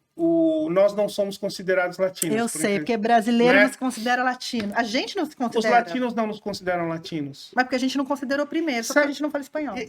É por isso também, mas tem uma coisa tão interessante, porque o brasileiro é meio que... E isso reflete muito na maneira que você vai conduzir sua vida lá. Porque, olha só, nos Estados Unidos, nas universidades tem os clubes latinos, mas se você entrar em qualquer clube latino, você não vai ver a bandeira brasileira. Você não se reconhece, não? Eles não nos Latinidade. reconhecem por causa da língua, só que, assim, é um grande erro, né? Porque latim é uma língua, não é uma raça, né? Sim. Então eles não nos reconhecem. Mas só que aconteceu até um fato um fato Inusitado. inusitado. Teve uma briga, e eu era amigo dos caras dos Blacks, porque eu conhecia os caras atletas, a maioria deles do futebol americano. Só que eu também andava com os caras latinos, e as festas latinas na universidade eram as festas que todo mundo queria ir. Todo Animadas, mundo queria dançantes. Salsa, tinha o que eles chamavam, o tal do Lagostino, lá, que era a dança que todas as americanas queriam aprender a dançar. Então, eram as festas que lotavam. E teve uma briga nessa festa. E eu fui querer separar porque eu conhecia os caras, os blacks que iam brigar com os latinos. Só que os caras falaram pra mim, você não tá com nós, você tá com eles. Putz, sobrou. Sobrou. Então ficou bem evidente, assim, porque assim, o brasileiro ele acaba não sendo... Nenhum nem outro. Não, então você tem que se dar bem com todo mundo, e geralmente se dá bem com todo mundo. Você, né, querido? Não, eu acho que os brasileiros conseguem. Dá essa circulada. Tem essa... Esse jeitinho brasileiro, essa Porque o ginga. brasileiro, ele é bom de fazer amizade, né? Sim. Ele é tipo assim, a personalidade do brasileiro é muito legal, porque ele consegue se adequar e, ao mesmo tempo, ele é muito abrangente, né? Sim. Então, acontecia isso, mas Mas é engraçado a gente não se reconhecer enquanto latino, né? Enquanto sul-americano, né? Desse... Né? Porque somos o maior país aqui da América do Sul, né? E todos os outros são pequenininhos ali à nossa volta, mas a língua portuguesa realmente... Acho que... E também essa colonização cultural que nós tivemos nos Estados Unidos, né? A gente recebeu muita influência norte-americana de música, de filme, de modo de vida, do tênis que usa, do que veste, né? Mas tudo isso começou lá com a abolição dos escravos lá, né? Que foi quando muitos vieram para cá, muitos americanos vieram para cá, se instalaram ali em Americana, e a influência, né, já começou pelo interior, por isso que o nosso interior ainda ele é um pouco... Não, mas Americana, a gente tem uma festa lá em Americana que é uma festa dos confederados. A gente precisa falar sobre isso.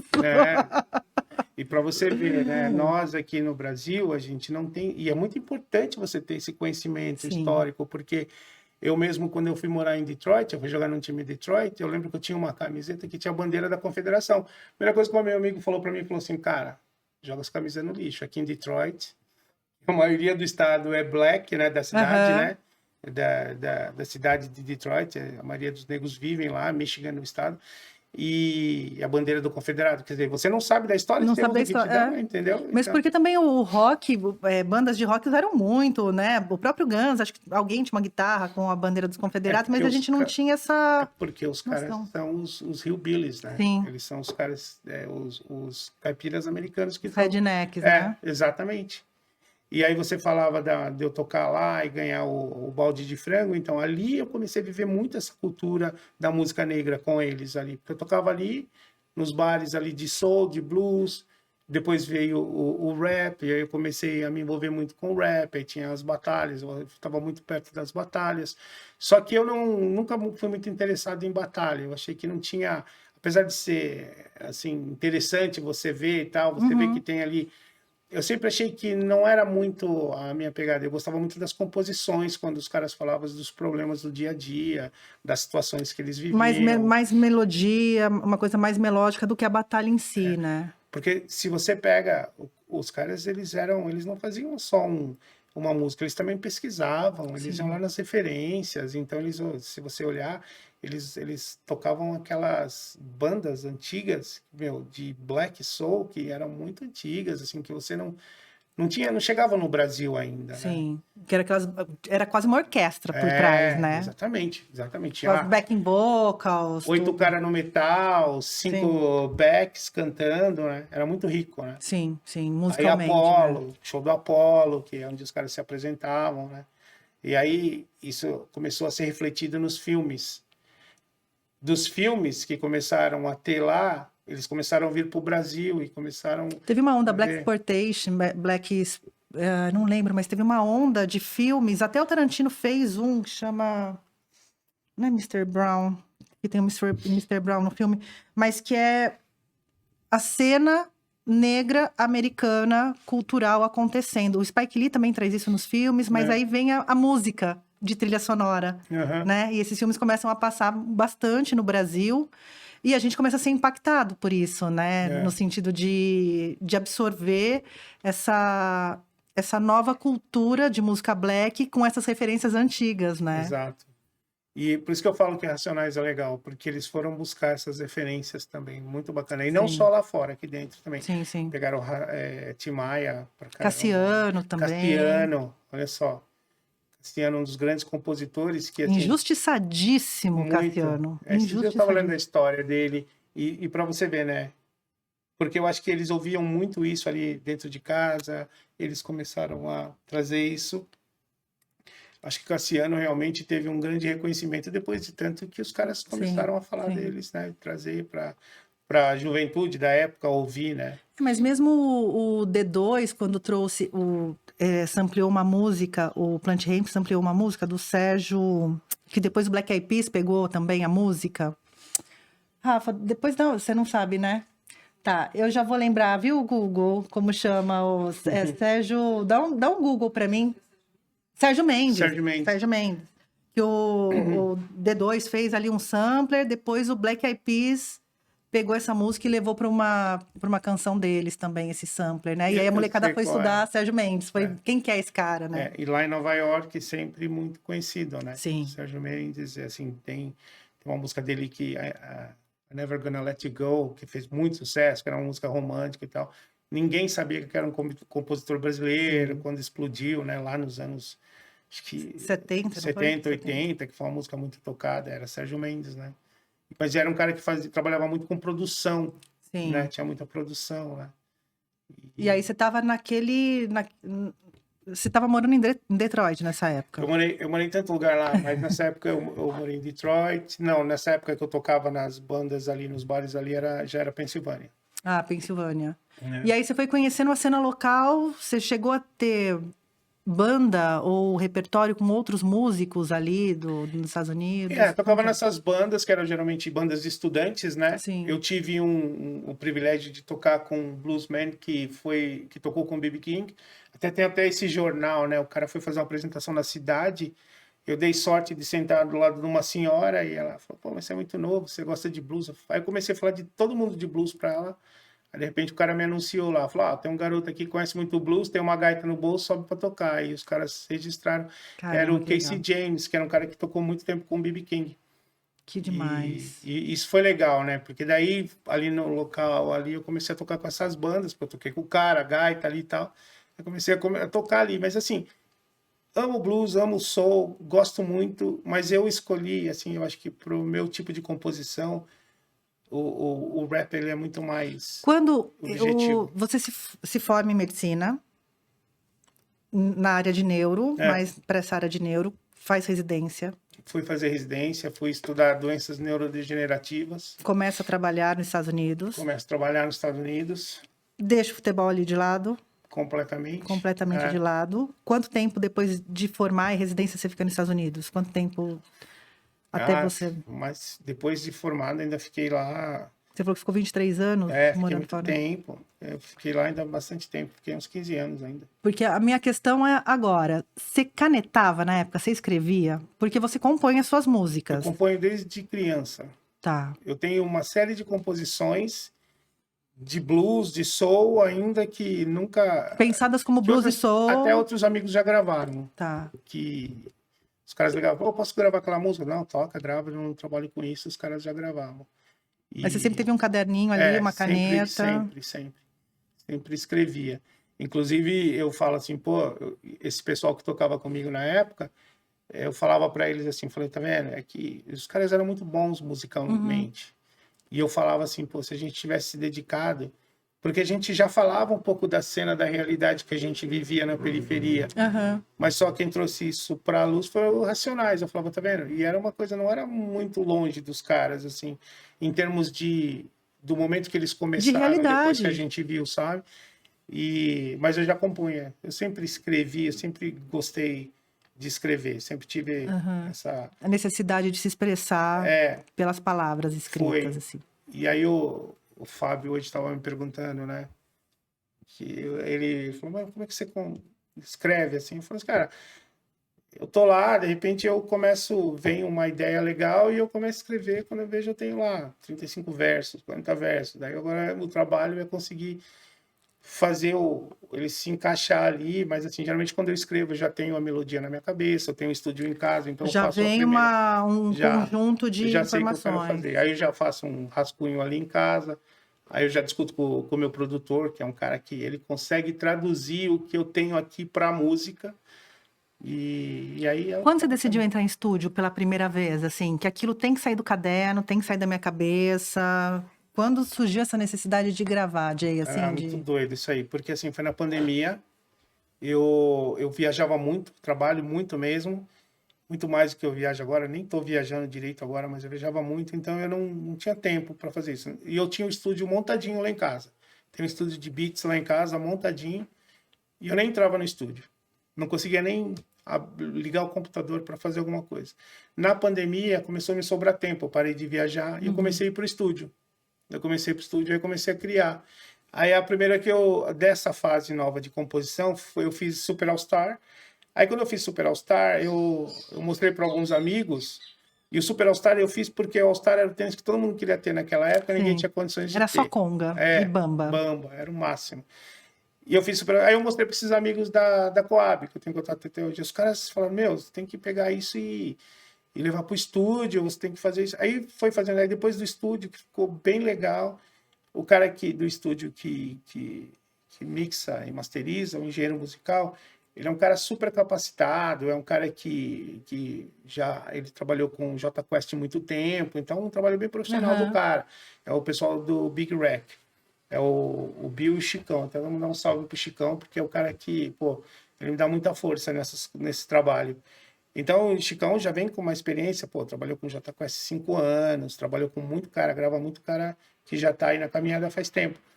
E ele começou a dar muito valor para isso. Ele falou, não, Jay, eu acho que você tem que seguir com isso aí. Eu falei, cara, tem meu trampo, não dá para fazer isso. Não, cara, vai, faz mais alguma coisa, faz um vídeo dessa música. Aí a gente fez o vídeo da música. Nesse momento que a gente fez o vídeo, aí eu já tinha composto Rolê Realidade. Aí Rolê Realidade, o pessoal falou, não, essa música você tem que levar para o estúdio. Aí levamos para o estúdio, aí veio outro. Nós estamos na... Hoje eu estava mostrando a nova composição para a Renata e para o Fábio.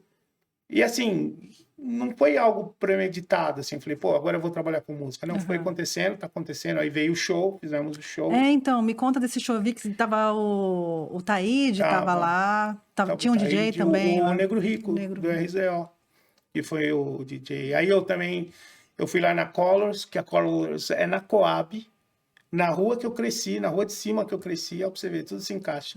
Fui lá na Colors, que é a produtora do Negro Rico. Aí eu convidei ele para ser o meu DJ, o cara foi muito parceiro, foi lá, falou, não, DJ, eu vou lá, você o seu... Que repertório você subiu no palco? Porque até então, você era um médico, gravando, sai do estúdio caseiro... Assustando todo mundo com essa história acha um de produtor, porque tem um contexto ali familiar envolvido também, né? Tem, todo mundo falando, meu, esse moleque é futebol, assim... Eu sempre fui assim, eu sempre fui atrás das coisas que eu gosto de fazer. Eu nunca tive esse preconceito comigo mesmo. Não, eu gosto de fazer, eu vou fazer. Nunca se limitou? Não, mas com a música eu confesso que eu não aceitava. Nunca falava, postou? Aí todo mundo fala, pô, mas por que? Faz, meu, é legal, é bacana. E eu comecei a ver que as pessoas realmente gostavam e não estavam falando só aquilo. Eu falei, então vamos botar pra fora. Só que é tudo muito recente ainda. Assim, o show foi mês passado, foi em maio. Foi em maio o show. Agora, sim. O repertório foi todas músicas minhas. Toda autoral. Foi o Vale da Solidão, que está na rádio, que está na 105. Foram, acho que, 7 músicas, né? Mas 7 músicas que é ali, que o pessoal que já me segue, que já tinha convivência, as músicas já estavam Já estava rolando nas plataformas, no YouTube. Spotify, você faz lyric vídeo também, né? Tá tudo lá. Spotify, YouTube, então estava tudo lá. Então foi lá. Foi um pessoal legal, porque a gente fez numa quarta-feira, uma casa super legal, e tinha ali por volta de 100, 120 pessoas para uma quarta-feira, acho que foi bem legal. Era um projeto de lançamento, E agora está sendo todo divulgado esse material aí. Então, assim, ainda é muito início, ainda... Sim, sim. E aí começar a ser convidado para vir nos lugares. Então, E você assim, se reconhecer processo. enquanto artista também, né, Jay? Porque é um outro lugar, né? Essa exposição, né? É um outro lugar na tua vida ali, né? E eu me ver assim como você falou, porque é muito louco, porque lá fora as pessoas começaram a tomar conhecimento ao mesmo tempo que aqui. Então, pessoas, por exemplo, lá na Europa, começaram a entrar em contato, porque eu viajo muito a trabalho para lá, as Aham. pessoas me conhecem lá. Então, as pessoas falam assim: pô, Dr. G, gostei do seu trabalho. E olha que engraçado. Eu tenho muito mais dificuldade com a aceitação do que as pessoas. As pessoas aceitaram muito de braços abertos. Você ainda tá relutante. Eu acho que não tanto mais, mas assim, por causa da aceitação das pessoas. No Peru, o pessoal, assim, já pôs para tocar, já gostava, e assim, é porque eu faço assim, eu gosto de separar as coisas, minha vida profissional Sim. e a carreira musical. Então, eu não gosto de conflitar as coisas. Então, no meu dia a Não vai dia... fazer palestra tocando rap? Exatamente. Talvez agora a gente já pensar nesse modelo aí, né, Talvez lá Renata? na frente, no futuro, quem sabe. E aí eu comecei a ver, pô, eu tive no Peru, eu tive no México, e todo mundo sempre aceitando muito bem e pedindo para tocar nos lugares que a gente estava, não sei o quê. Agora é fácil acesso, né? Se você entrar no Sim. Spotify, no YouTube, tá lá. Na Alemanha também, eu tô vendo que as pessoas que trabalham comigo apoiam muito esse lado. Só que uma coisa que é importante falar, que o meu objetivo maior nisso é um projeto social. Sim. Eu quero passar essa mensagem para aqueles garotos que, como eu, lá na Coab, no Carapicuíba, não tinha para onde ir, não via uma possibilidade de uma vida melhor, não via como sair daquele... Não tinha outro horizonte. Não tinha. E assim, é você vendo violência todo dia, você tendo ofertas que não são boas todo dia. Eu quero realmente levar essa mensagem. E não Porque quero que fique só na mensagem. Eu quero no futuro realmente ter uma promover ação social isso. muito forte. Porque o rap ele sai do lugar de protesto ali, anos 90, anos 80, anos 90, necessário, vital para essa construção política no sentido de cidadania do Brasil.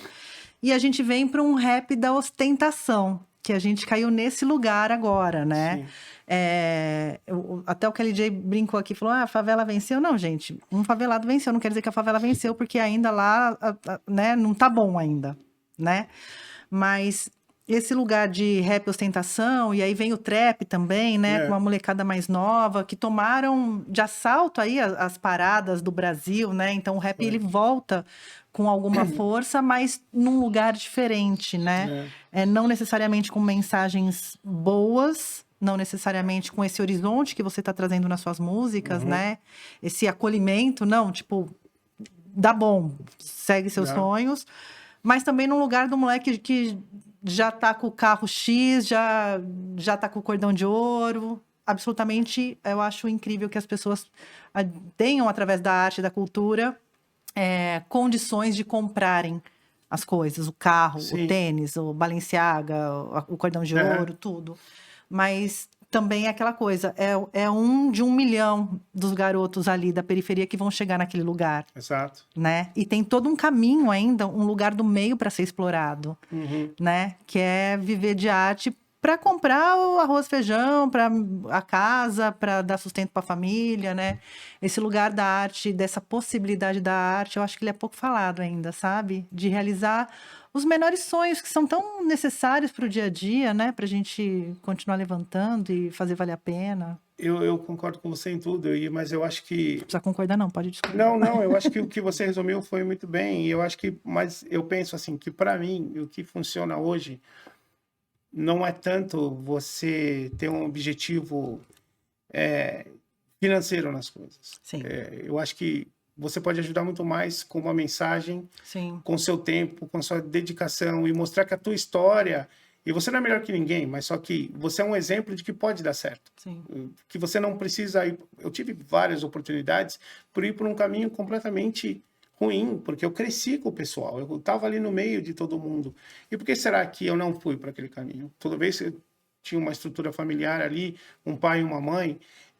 Mas não é só isso, né? É multifatorial também esse lugar, né? Mas que você pode apresentar para as pessoas. Mas eu acho que, assim, se a gente consegue pelo menos passar uma mensagem para um cara que, acredita, dá certo, cara. Sim. Você não precisa ser, sei lá, se transformar professor universitário, mas você consegue evoluir sua vida para você ter uma vida decente, honesta. É esse lugar de sonhos que eu falo, que ninguém tá Exato. conversando. No dia a dia comum mesmo, né? Desses sonhos Porque é menores, legal você ter rotineiros. as coisas, é muito bom. E O parabéns para quem conforto, tudo. consegue usar lá a tua camisa de marca, não sei o quê.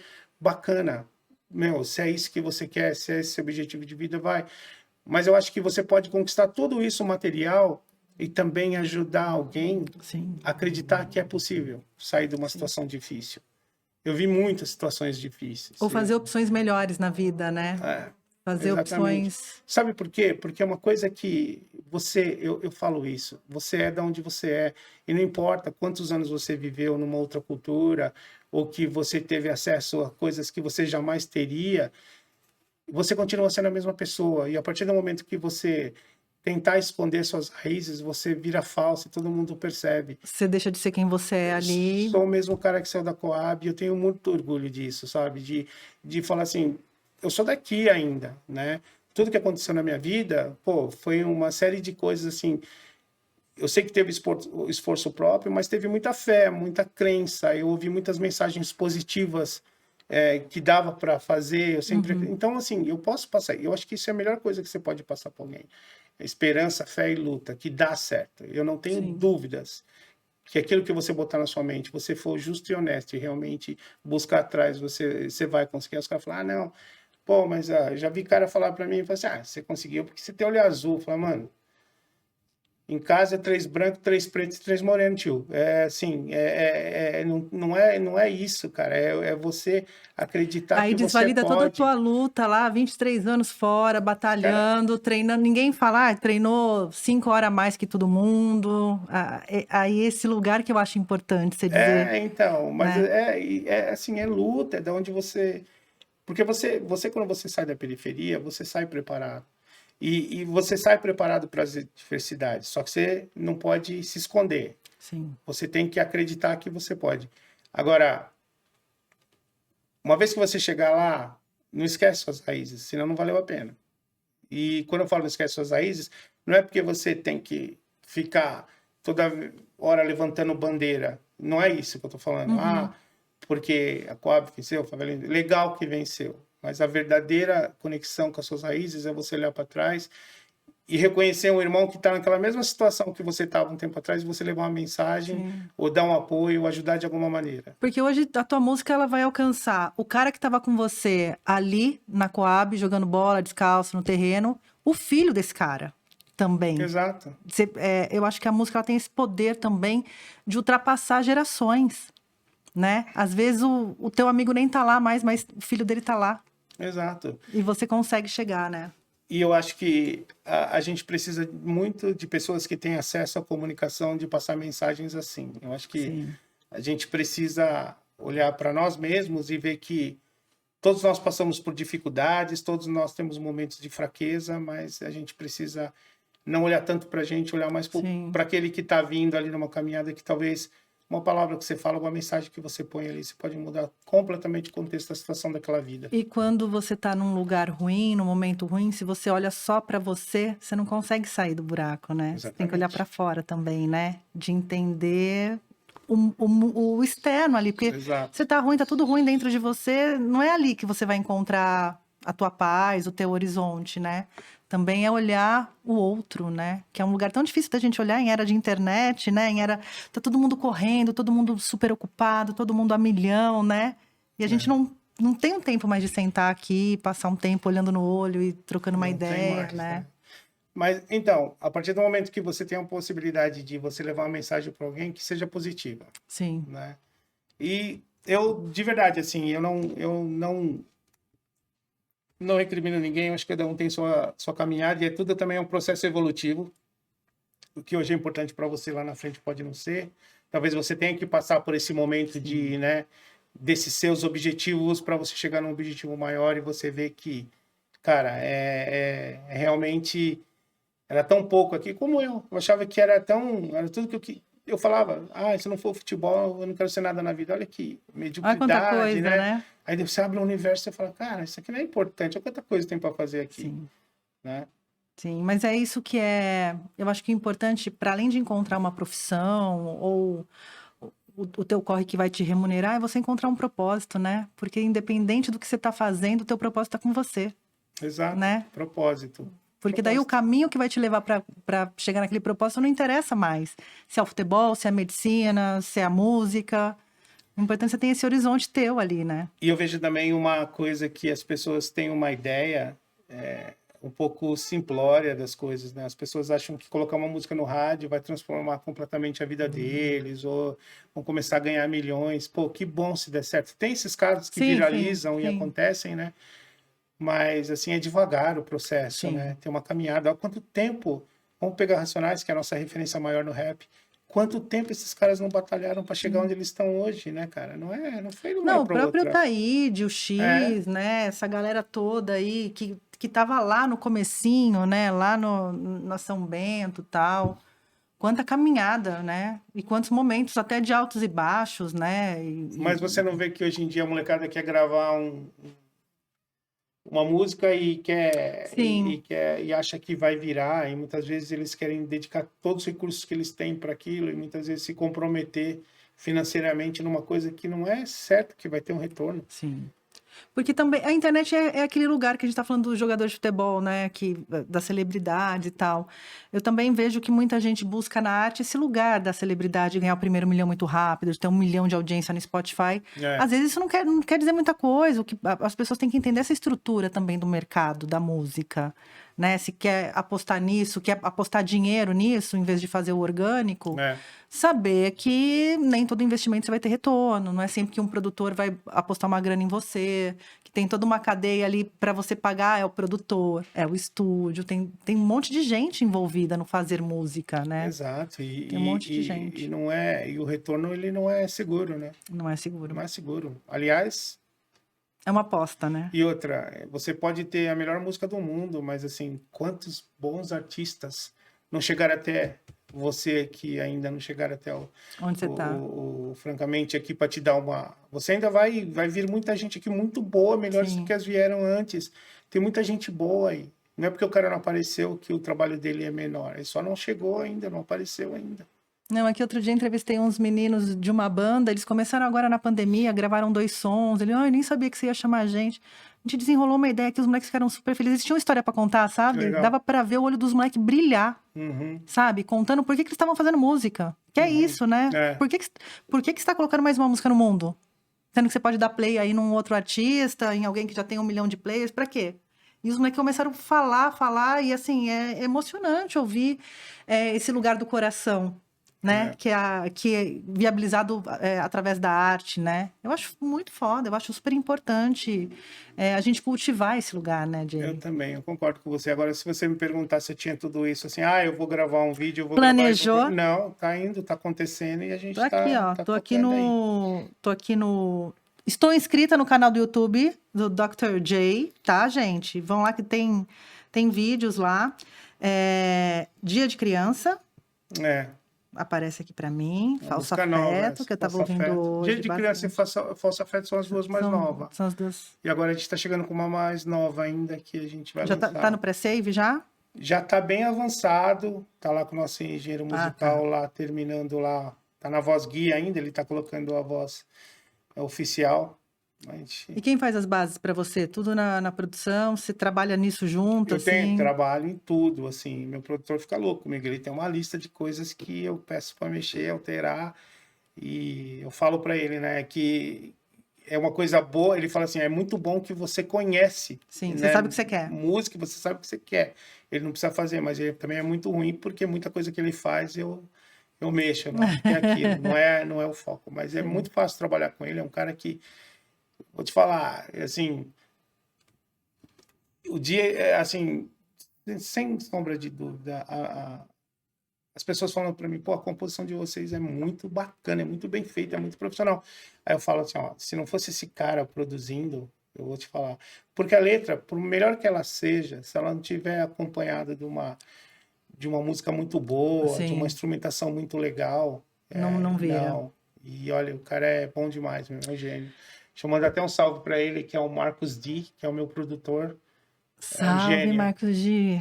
É um gênio, Pois eu moleque. quero ouvir suas versões aí dessas histórias que ele tá contando aqui, de mexer na música, tá? Aí ele gosta, ele fala, não, pode mexer, Jay. Mas a maioria dos caras não gosta, mas ele gosta que eu altero. Ô, Jay, a maioria das músicas aqui que você disponibilizou já nas plataformas, elas estão em português. Uhum.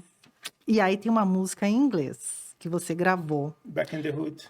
Black in the Hood. Me conta um pouquinho a história desse som, o porquê gravar em inglês, porque melodicamente compor em inglês e compor em português é bem diferente, né? É. As possibilidades da língua portuguesa ou da língua inglesa. É. Me conta, você compôs em inglês essa música direto já? Direto, porque é até mais, digamos assim, que eu não dizer isso de uma maneira que não pareça ser algo arrogante. Você morou 23 anos, então pensar em inglês E deve eu ser era uma coisa do teu dia a dia. inserido na cultura americana, completamente inserido, assim. No lugar que eu vivia, cidade muito pequena, interiorana, então muito poucos, assim, pessoas, influências de fora, então bem inserido ali. Então eu tive o privilégio de conhecer a cultura, porque assim, você pode falar a língua, mas quando você conhece a cultura, aí realmente você é um nativo. Aí você tem um repertório ali cultural mesmo, né? E vivendo, né, o dia a dia. Então, mesmo a cena que se passava no dia a dia que os caras compõem, eu vivi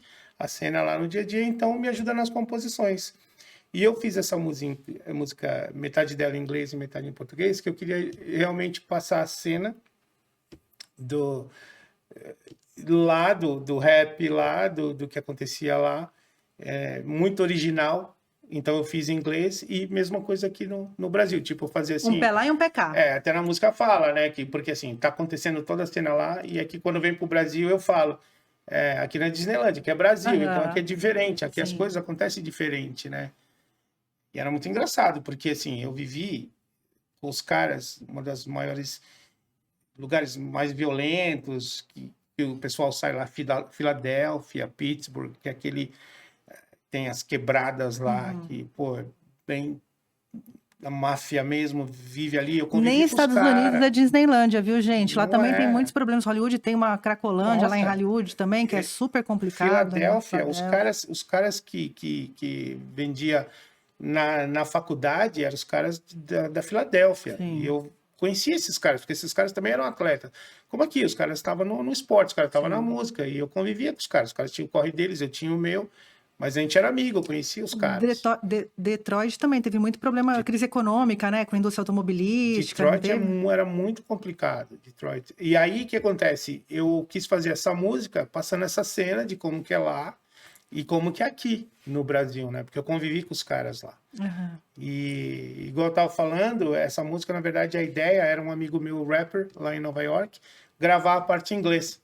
Ele fazia a parte em inglês, e aí eu faria a parte português. Eu acho que ia enriquecer de alguma maneira, mas por outro lado, o pessoal da produção achou melhor fazer, não, faz você tudo, porque você viveu os dois cenários. Sim. Talvez não fique tão legal ele querer...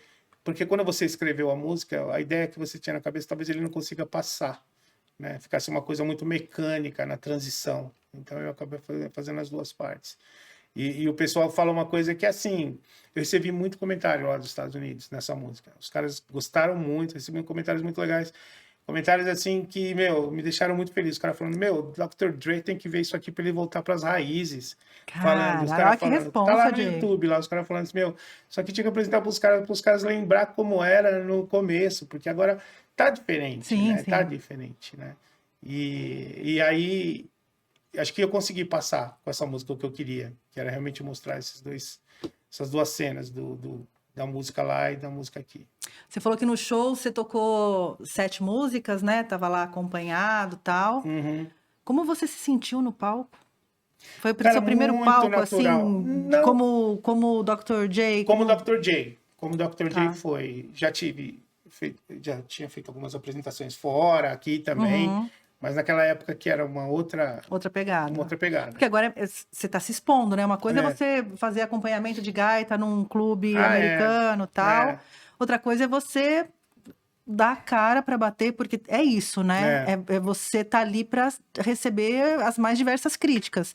Tanto a galera, Exatamente. tipo, Dr. Dre, dá uma olhada nisso aqui, volta pra origem, É, quanto uma galera que vai questionar, né? é. Como foi subir? Você estava preparado aí para esse momento ou você só, vamos lá? Não, vamos lá. Eu acredito que não. Eu acho que você nunca está totalmente preparado para alguma coisa. Sim. Eu acho que, porque muitas coisas podem acontecer que você não está preparado. Então, mas eu sou muito de vamos lá, tem que fazer, vamos fazer. Eu aprendi muito cedo, assim, né, que você sinta o medo, tenha dúvida, mas execute, Uhum. né, e faça o melhor que você Vai possa com medo fazer. mesmo, né? Vai com medo mesmo. E foi mais ou menos assim. Eu acho que, se você me perguntar, foi perfeito? Eu vou falar que não. Teve algumas coisas, até algumas coisas técnicas, mas não foram muito perceptíveis para o Pro público. público, para você que tá Para lá. mim foi, e para alguém que é mais técnico na música, Aham. provavelmente deve ter percebido, mas foram coisas que não desabonaram o show e foi muito legal, foi muito bom.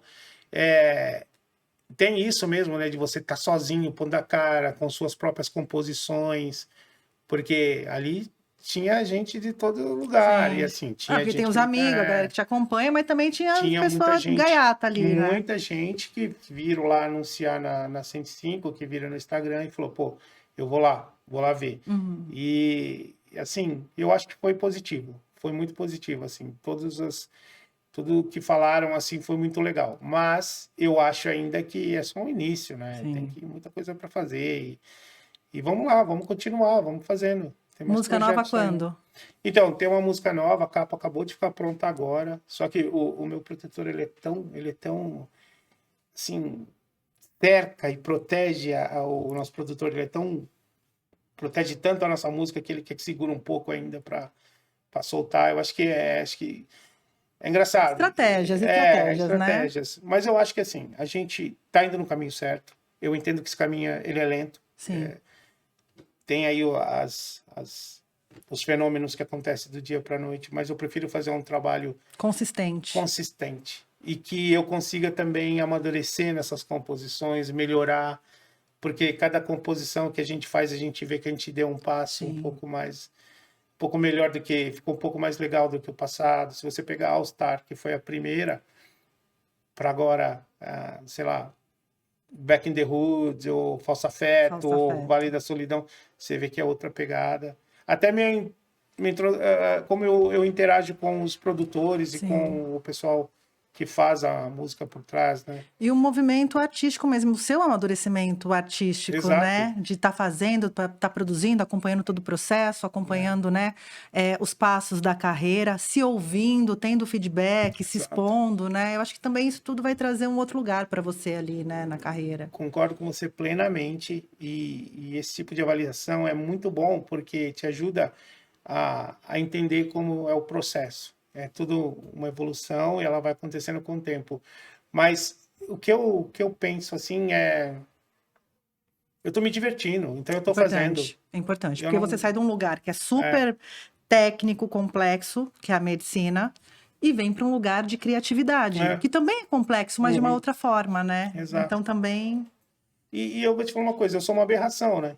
Porque eu acho que pode ser muito a meu favor, mas também pode ser uma dificuldade que a gente vai ter que vencer. É assim, você traz dois horizontes muito Sim. distintos, né? Então as pessoas não te entendem bem. Falam assim, mas pô, esse cara é médico, de repente faz rap. Talvez se eu fosse O House. ou desculpe, se eu Toca fosse piano.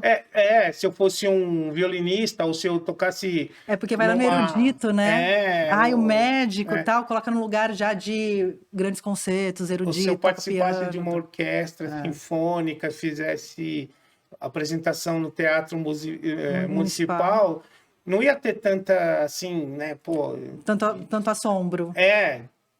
E o rap ele já tem um preconceito, Total. né? Total.